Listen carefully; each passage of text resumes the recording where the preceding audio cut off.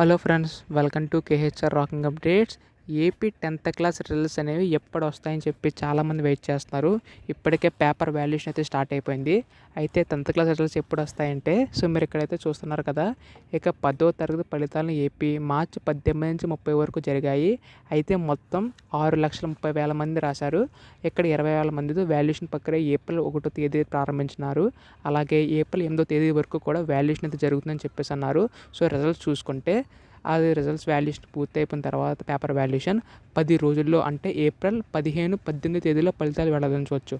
అంటే మనకి ఇక్కడ 10th క్లాస్ వాళ్ళకి ఏప్రిల్ 15 నుంచి 18 తేదీ మధ్యలో ఎప్పుడైనా అయితే రిజల్ట్స్ అయితే అనౌన్స్ చేయొచ్చు. అలాగే మనకి లాస్ట్ ఇయర్ చూసుకుంటే మే 6వ తేదీన అయితే విడుదల చేశారు. మనకి ఈసారి ఏంటంటే కొంచెం తొందరగా రిలీజ్ చేసే ఛాన్సెస్ అయితే ఉన్నాయి. ఎందుకంటే మనకి ఎలక్షన్స్ చాలా దగ్గరలో ఉన్నాయి కాబట్టి అంత డిలే అయితే చేయరు.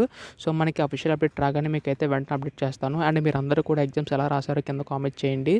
తర్వాత రాబోయే పాలిటెక్నిక్, ఇంటర్ సంబంధించి ప్రతిదీ కూడా మన ఛానల్ మీకు గైడెన్స్ అయితే ఇస్తుంది.